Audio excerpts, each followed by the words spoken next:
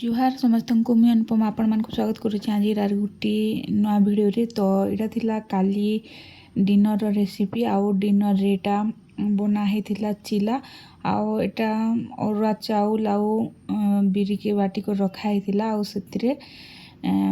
गाजर टमाटो आउ बीन्स दियाही आउ टेस्ट हिसाब रे नून बिना प्याज रसुण रे बनामा तो डिनर रे एटा बनी थिला काली डिनर रे तो याडे सब इटा रेडी करा हला न आउ तावा गरम करा हिची तापरे तावा गरम हे गला परे सेतिरे गुटे गुटे अनका दे देमा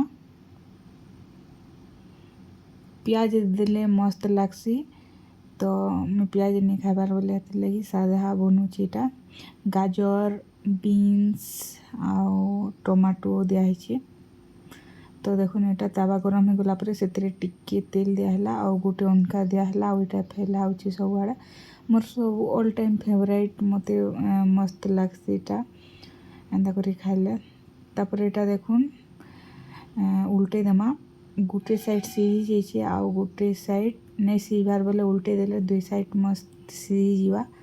तो आउ टिके तेल देकरी किसी टाइम कुक हबार लगी छाड़ देमा किसी टाइम ढाकी देला परे मस्त सीही जीवा तो देखुन किसी टाइम ढापी देला परे केंदा मस्त दिसुची आउ टेस्ट भी एंदा पूरा जबरदस्त थिला प्याज टिके देतिले तार टेस्ट पूरा दुई गुणा हो जाए बाकी प्याज तो नहीं दे श्रावण मास लगी तो यहाँ रेडी हो गला न ताके साइड करमा आउ बाकी जेन बेटर अच्छे सेटा के भी बनामा छुआ माने खान नहीं भेजिटेबल दिखाई ना बोले से माने नहीं खान आउ आमे खाली दुई जन खाइसुँ आउ छुआ माने सिंपलटा खाइसन ताकर लगी सिंपलटा बनी थिला सॉरी आउ मैं पासरी देछे एथी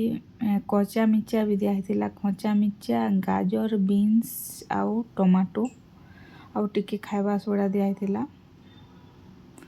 तो ढापी देवे एंदा प्लेट गोटे बोले जल्दी रेडी हो जासी सीझी जासी जल्दी मते तो काली भूख लागुला बोले इंस्टांट इटा बना है तो इटा गोटे साइड हो गला परे आ गोटे साइड उल्टी देकरी तेल टिके देकरी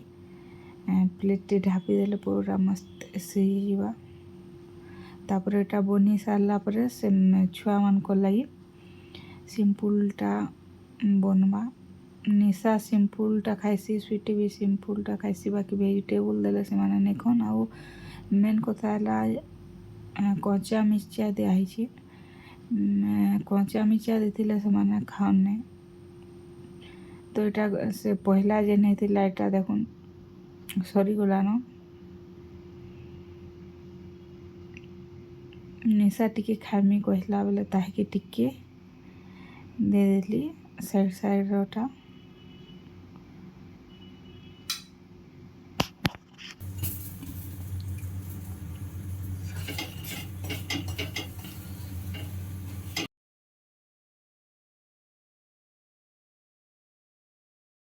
तो फ्रेंड्स देखुन मोर डिनर फाइनाली रेडी हो गला तो यहाँ तो थिला काली डिनर स्पेशल